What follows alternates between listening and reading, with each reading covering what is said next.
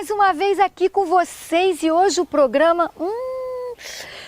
Ai, com cheirinho gostoso, pena que TV não tem cheiro. Veja os destaques do dia e você vai entender por que eu estou dizendo isso.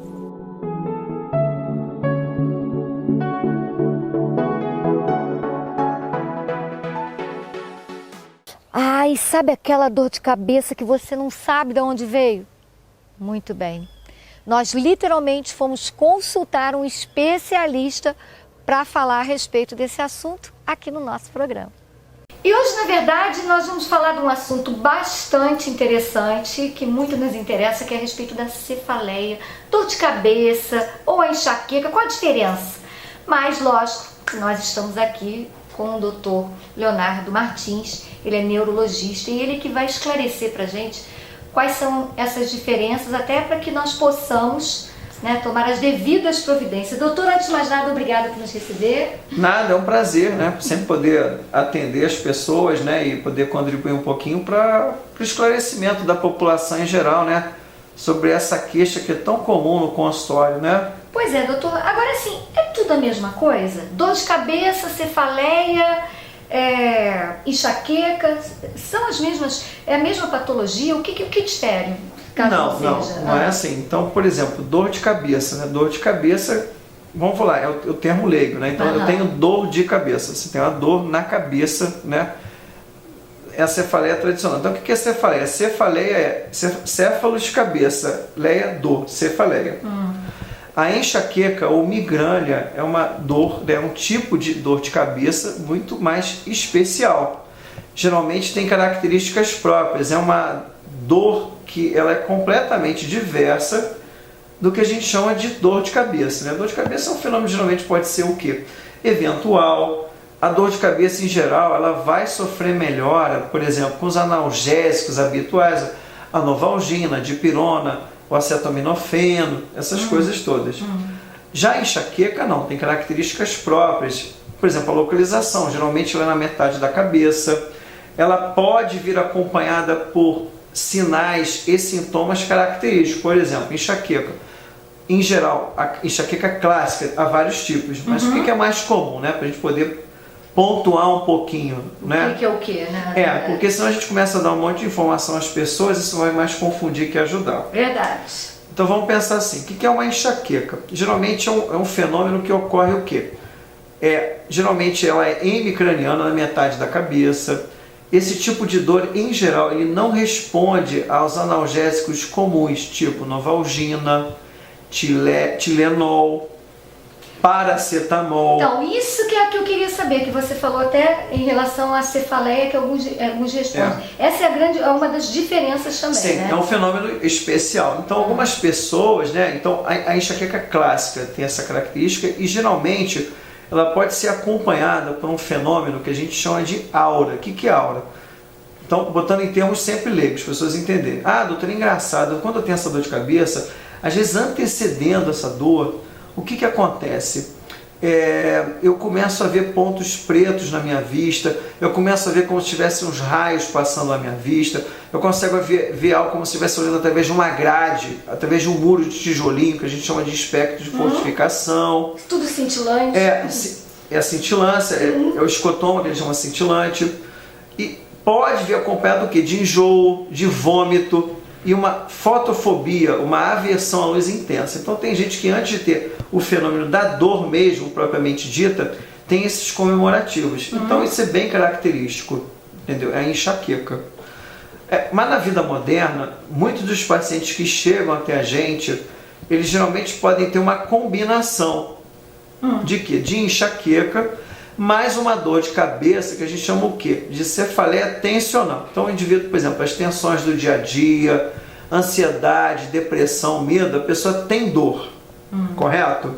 E associado a isso, algumas pessoas também têm enxaqueca. Então o que acontece? O indivíduo tem enxaqueca. Ele se medica para dor. Mas junto com isso, pela tensão, ele começa a desenvolver dor. E ele começa a se automedicar, porque é muito fácil você ter acesso a analgésico. Então o paciente, o que acontece? Ele tem dor. Aí ele pega, vai tomar a Neosaldina, tem até a propaganda, né? Você tem dor de cabeça, toma uma Neusa. O uso sem controle de neosaldina, de anti-inflamatório, ele mesmo cria um efeito chamado rebote. Esse indivíduo acaba tendo dor de cabeça direto. É como se o organismo acostumasse com aquele medicamento e ele não faz mais efeito? Se a gente usar um termo geral, pode ser isso. Quer dizer, aquele medicamento que trata da dor, ele acaba gerando um mecanismo orgânico, até psicológico, de dependência. Então, aquele paciente, doutor, olha só, eu tenho dor de cabeça todo santo dia. Não para a minha dor de cabeça de jeito nenhum, e além disso, eventualmente eu acabo tendo aquela dor na metade da cabeça, que a luz me incomoda, que dá enjoo, que dá vômito, e por aí vai. Aí você acaba tendo que agir de acordo com o caso, com tratamento específico, seja para enxaquecas e seja para esse quadro que a gente chama de cefaleia crônica diária, que o paciente tem dor de cabeça 4, 5 vezes por mês e que não consegue, e que está se medicando além do que é o habitual com analgesia. Pois é, lógico que assim, existe além disso também, às vezes a pessoa está com algum problema oftalmico também e tem passa a ter essa dor de cabeça ou não. Como é que a gente faz Qual é essa diferença? Como é que a gente faz esse rastreio? Isso aqui é importante, né? Então, na clínica diária da gente aqui, né? Eu pensei, doutor, eu estou vindo aqui porque eu já fui no oftalmologista, estou tendo dor de cabeça todo santo dia, e eu já fui no oftalmologista, ele já disse que eu não tenho nada oftálmico e isso aí é uma questão neurológica. Classicamente, não seria para o indivíduo ter dor de cabeça, por conta de um problema oftalmológico. Vamos pensar assim, não é o habitual. Entendi. Agora, você pode ter tensão ocular, o paciente muito tempo diante do monitor, de um tablet, de um smartphone, né?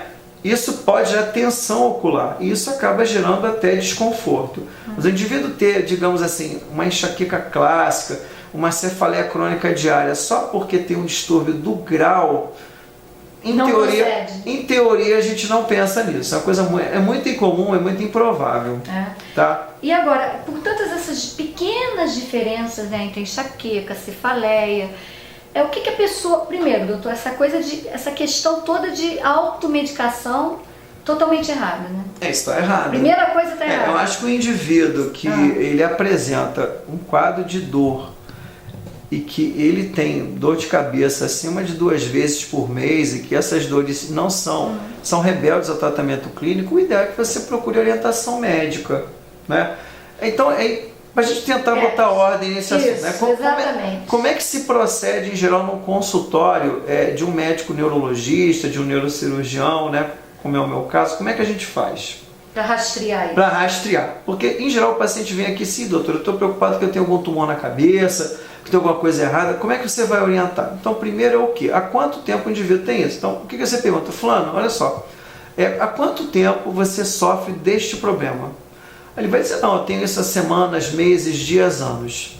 Por quê? Se o paciente tem um quadro semelhante a anos, a gente vai pensar que isso é muito pouco provável que seja um tumor dentro da cabeça. Não é habitual você ter um indivíduo com uma lesão dentro da cabeça e que isso dure anos. Não é habitual. Então, se você vai entender mais, aí você vai perguntar, mas olha só, como é que é a sua dor?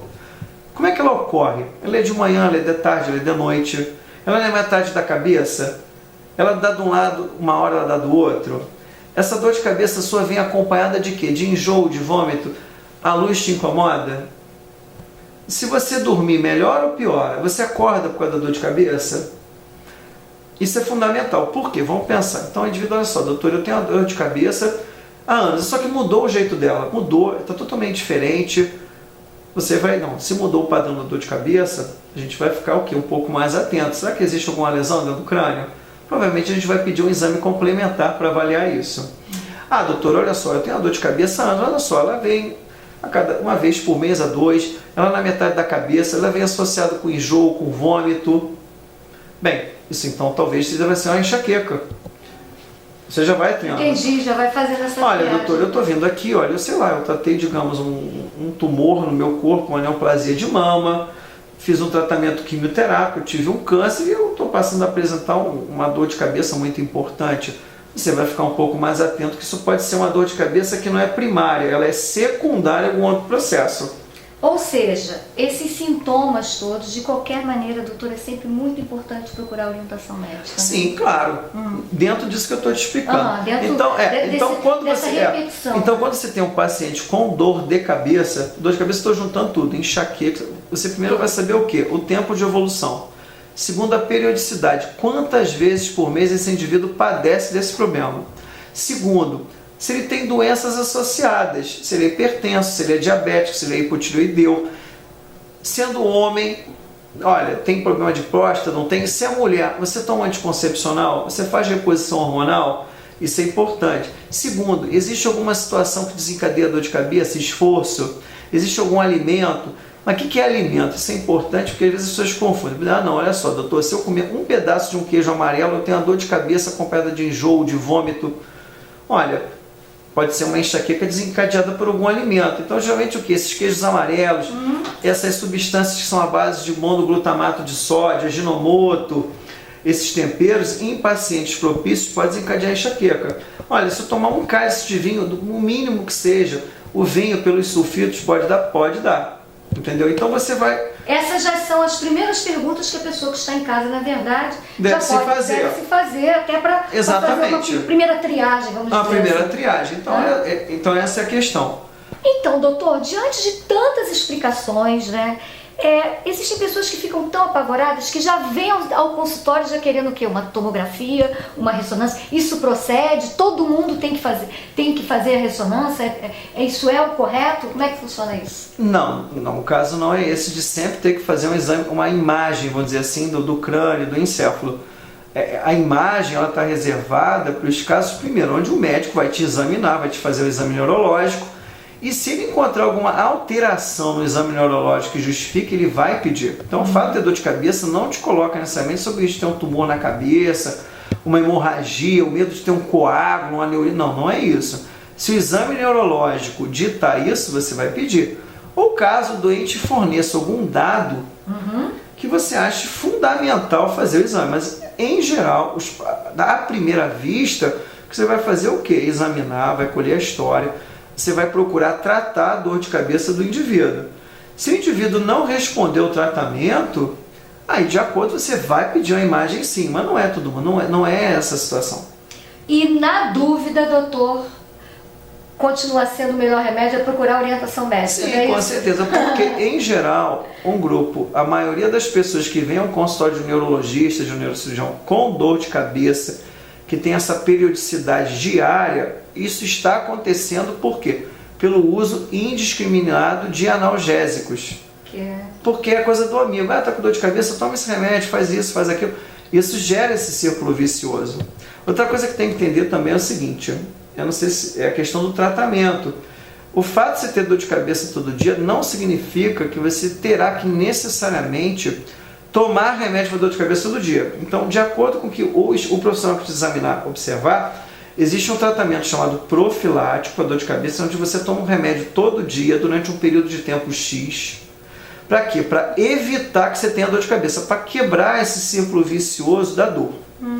Agora, nos indivíduos que têm, digamos, de acordo com o exame físico, com o quadro clínico dele, uma dor de cabeça que seja numa periodicidade inferior a 2 vezes por mês, de acordo com o caso, você vai fazer o tratamento abortivo, medicações específicas passadas por um médico capacitado para acabar com esse fenômeno da dor.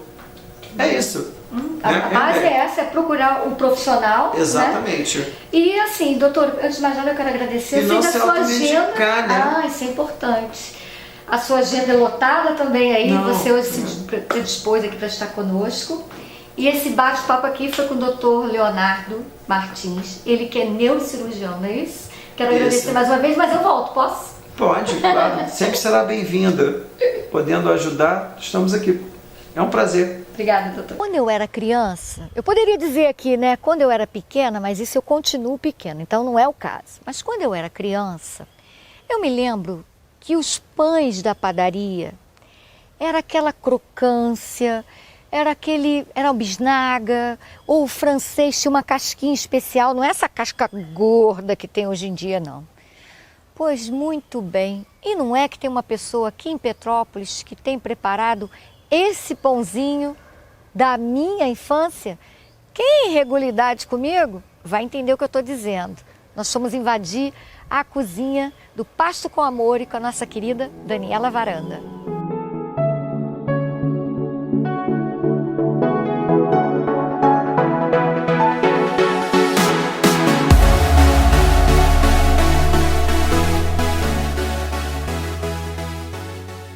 Existe rainha de vários reinados, não é isso? Então, nós estamos aqui com a rainha do pão de Petrópolis, nossa querida Dani Varanda. Boa tarde. Olha tudo só, bem? casa nova. Ai, tô super feliz. Casa nova, tudo organizado, do jeito que eu sempre sonhei, entendeu? E que bom que eu tô recebendo tua visita aqui Pasto na minha com casa amores, nova. bombando, fazendo esse sucesso, esse diferencial. É. Né, em todas as... Assim, acho que a maioria dos estabelecimentos comerciais, em termos de restaurantes da cidade, que utilizam pães... Isso, Surge restaurantes, exatamente. E o legal é que a gente sempre desenvolve alguma coisa que o cliente imagina. Aí a gente consegue transformar em pão. E isso é que é legal. E Entendeu? por falar em transformar em pão, você sabe que eu sou um pouco saudosista. Né? Me lembro às vezes da minha infância. E um passarinho me cantou que a Dani também resgatou o famoso francês, vamos dizer, a moda antiga?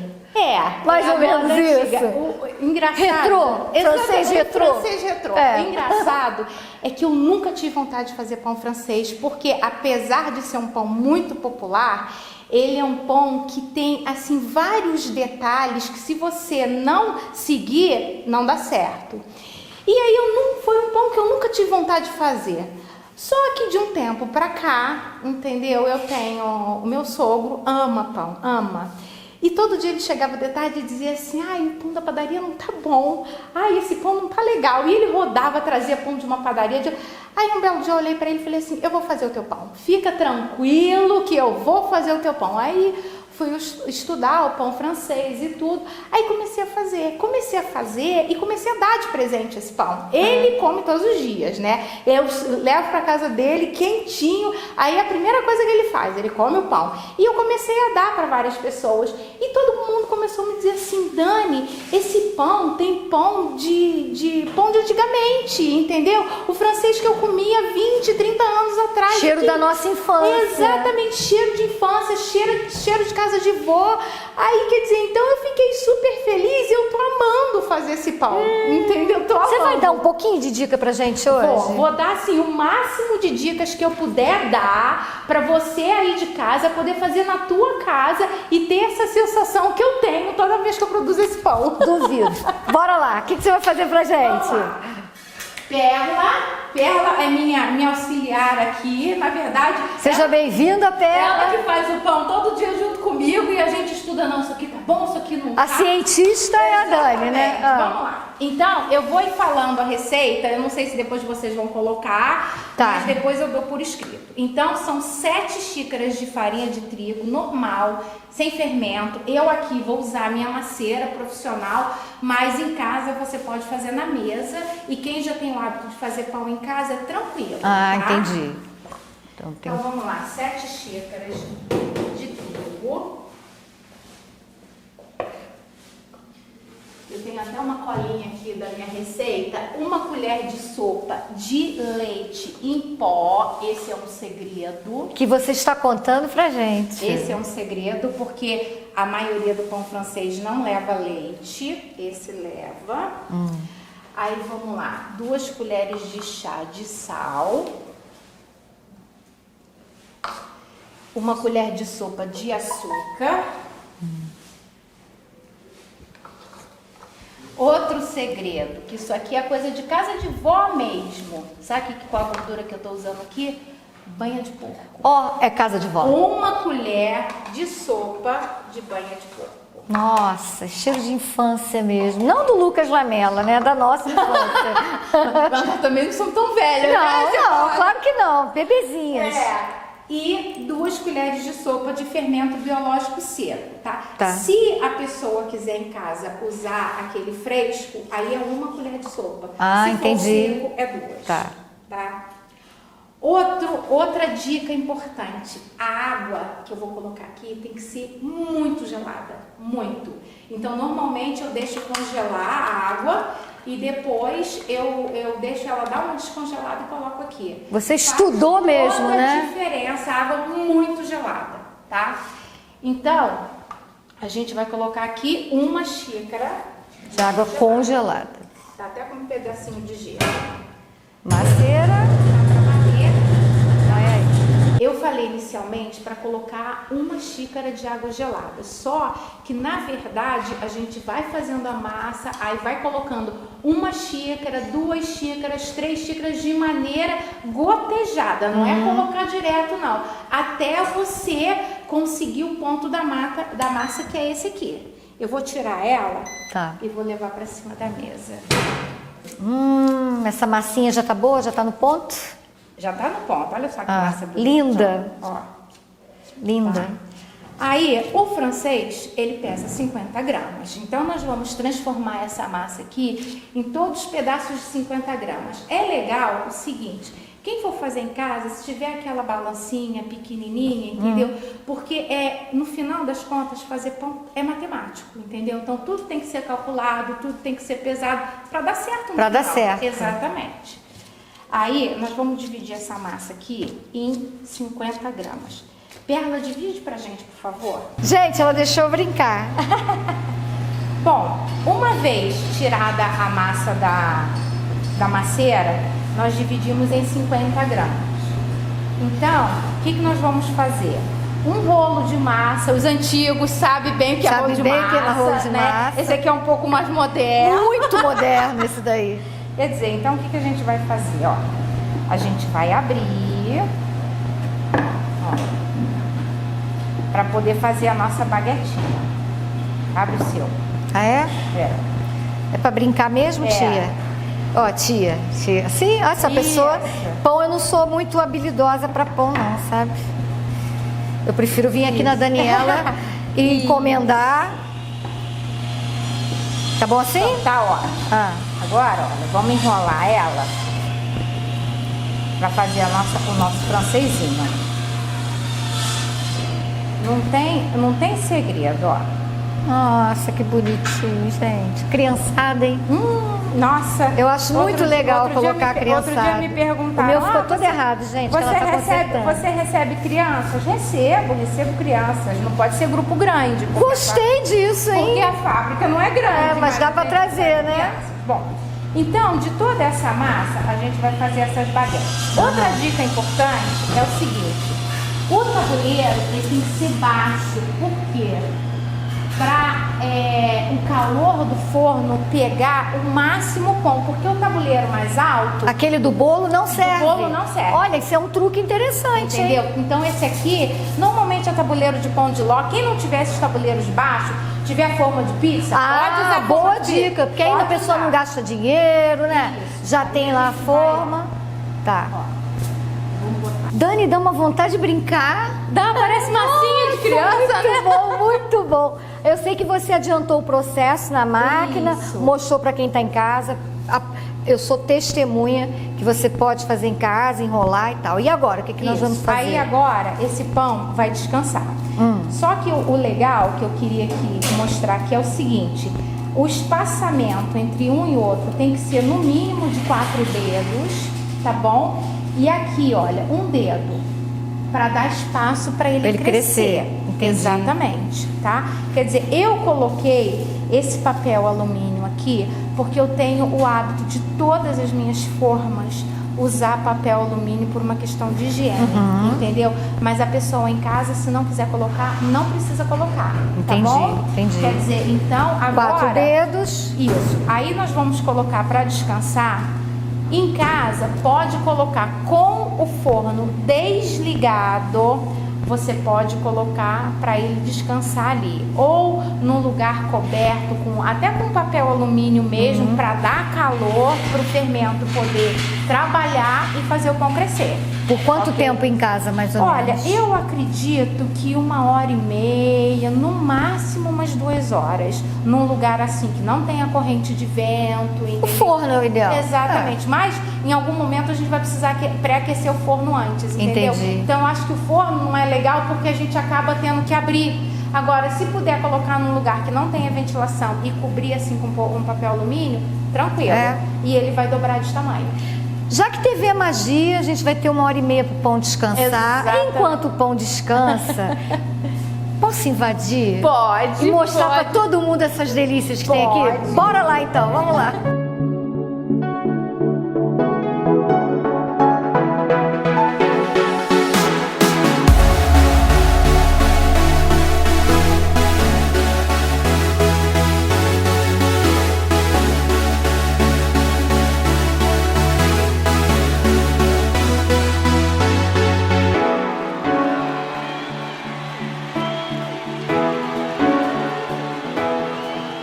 é magia, nosso pãozinho já descansou, já invadimos. Agora você vai dar uma outra dica no forno, né? Essa dica pra mim, é a mais importante de todas, que é o que é para dar o acabamento do francês, aquela crocância, que dá aqueles trincadinhos, o croque-croque do francês, é isso aqui. No forno de casa, normalmente no forno industrial, você tem a parte de vaporização d'água no próprio forno, que é o caso desse aqui. Ah, tá. Mas eu vou ensinar para o forno de casa. O que a gente vai fazer? A gente vai colocar o forno para aquecer a uma temperatura de 200 graus, ok? Quando o forno estiver nessa temperatura, você vai vir com o tabuleiro, aí você vai botar o tabuleiro embaixo, tá? Vai vir com água fervendo. É cheio de truque mesmo. Aí a gente vai encher com água fervendo. Aí nós vamos usar, todo mundo tem esse tipo de borrifador em casa, ó. Sim. Aí a gente vem na parte de jato, aí ó, vai borrifar o forno, olha como é que... Pra dar o vaporzinho. Exatamente. Aí você vem com aí você tira o francês, aí na parte de chuvinha, vamos dizer assim, você borrifa toda a tua forma do francês com essa água de longe, tá? Uma distância como daqui na Silvana, ok? Borrifa tudo, forno durante 15 minutos. Aí o teu francês está pronto. E o mais legal disso tudo é que, assim, é lógico que o pão no dia seguinte, ele fica dormido. Só que esse dormido desse nosso francês, ele fica bem durante 4 dias. Você acondicionando ele num saquinho plástico, aí você ou reaquece no forno, ou reaquece na torradeira, ele fica perfeito. Ó o croque-croque, já começou o croque-croque. Olha a massa como fica aerada. Não tem aquele buraco, né? Sabe tem. aquela coisa oca do pão francês? Olha aqui, olha como é que a massa tá aerada, tá vendo? Olha, com a casquinha do lado de fora. Ô Dani, vê, eu já vi tudo que eu tinha direito. Agora já você quer tô comer, ficando com né? aquela vontade que baixa em mim, entendeu? Sirva-se. Primeiro eu vou comer ele puro, sem nada, posso? Pode, me diz o que você acha.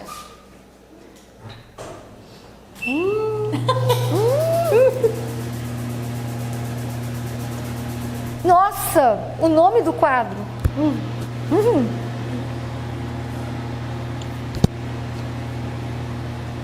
É Memórias com Sabor. Porque a ideia que eu tive quando eu fiz essa brincadeira toda de invadir as cozinhas é por conta dessa memória degustativa que não sai nunca mais. Nunca.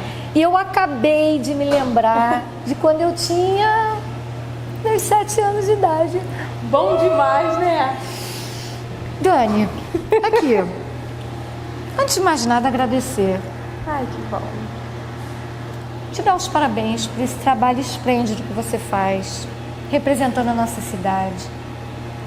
E quem está em casa, que vai fazer o pãozinho francês, mas que quer experimentar todas essas delícias, quer preparar uma festa, eu sei que você também faz esse trabalho de encomendas, não só para estabelecimento. Dá aqui teu endereço pra gente. Olha só, meu WhatsApp, pode me chamar a qualquer hora, não tem problema. Número 249-8846-9926. Nós temos serviço de entrega para toda a área de Petrópolis, até Itaipava.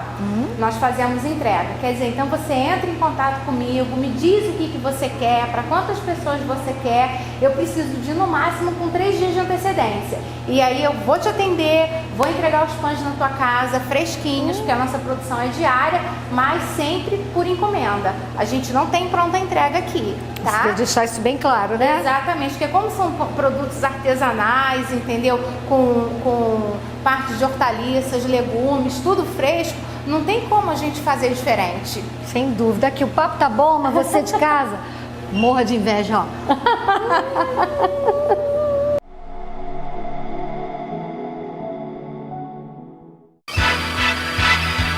Todo mundo tem seu time, seu lugar.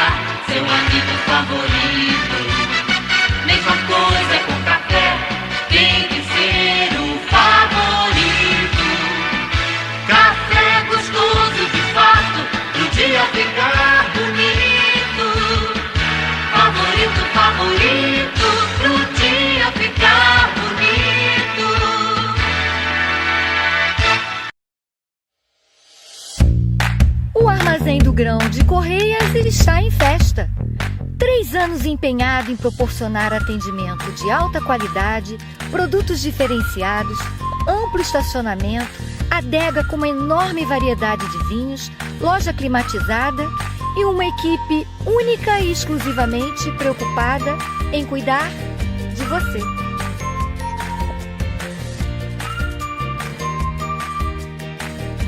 Armazém do Grão.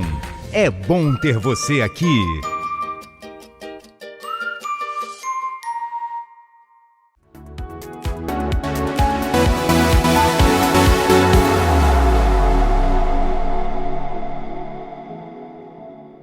Você tá ligadinho em tudo que acontece, não é? Então, já foi lá no nosso canal Silvana Coelho para assistir Em Cima do Salto? Assiste o que nós passamos essa semana aqui e você vai entender por que você tem que correr e ir lá fazer a sua inscrição. Então, para você que não conhece, Sozinha ou Mal Acompanhada, Você Decide, é o nosso livro. É um livro baseado em fatos reais de mulheres que deram a volta por cima. E hoje eu resolvi trazer um pouquinho de um tema muito polêmico, que é a respeito do filho da mãe. É um dos nossos capítulos. Vou contar só uma prévia para você entender um pouco essa história. Antes de mais nada, deixar muito claro que eu não tenho nada contra aos filhos que cuidam dos seus pais. Muito pelo contrário. Eu acho que esse papel inverso tem que acontecer. Mas nessa história do Carlinhos, que tem a mãe chamada Carlina e a namorada Ana Paula, foi bem complicado. Porque ele realmente, na história, ele é o filho da mãe, literalmente. Só para vocês terem mais um pouquinho da noção do que aconteceu nessa história. O Carlinhos era um homem bem sucedido, de 40 e poucos anos, se eu não me engano, e morava ao lado da sua mãe. Tinha um apartamento montado ao lado da sua mãe. Até aí, nada demais, desde que nós consigamos manter a individualidade e a privacidade de cada um, problema nenhum. Porém, ele começou a namorar a Ana Paula, entre tantas outras namoradas, e a Ana Paula era diferente de todas as demais. A mãe dele, no início, apaixonada, tratava a Ana Paula com tudo que tinha direito, só que aconteceu o seguinte: o Carlinhos verdadeiramente se apaixonou pela Ana Paula. Ela era uma mulher muito especial. E o que aconteceu? Dona Carlina, com medo de perder o filho, começou a boicotar essa relação. E toda vez que eles saíam, ou ela passava mal, ou ligava na hora H, se é que você me entende. E por falar em hora H, foi aí que aconteceu a história que a Ana Paula já não aguentava mais. Um belo dia, numa tarde ensolarada do verão, sabe aquele sol? Pois é, o casal estava no apartamento, numa tarde tórrida de amor. E o que aconteceu? Dona Carlina entrou no apartamento sem pedir licença, com a sua chave, sem bater na porta, sem tossir, sem nada, e foi entrando. O Carlinhos, no desespero no quarto, você pensa que ele fez o quê? Você acha que ele fez o quê? Eu vou contar só mais um pouquinho. Ele trancou a Ana Paula dentro do armário. É isso mesmo. Quer saber maiores detalhes? Tem que ler o livro. Sozinha ou Mal Acompanhada, Você Decide. Vai lá no nosso WhatsApp, 24 99221 3838, que eu vou dizer direitinho para você como é que você adquire. Mas se foi só uma brincadeira para você ficar com esse gostinho de quero mais. Semana que vem eu volto com muitas novidades. Até lá. E eu estou indo embora, mas você que está em casa não sente saudade, sabe por quê? Porque eu volto. Tchau, gente!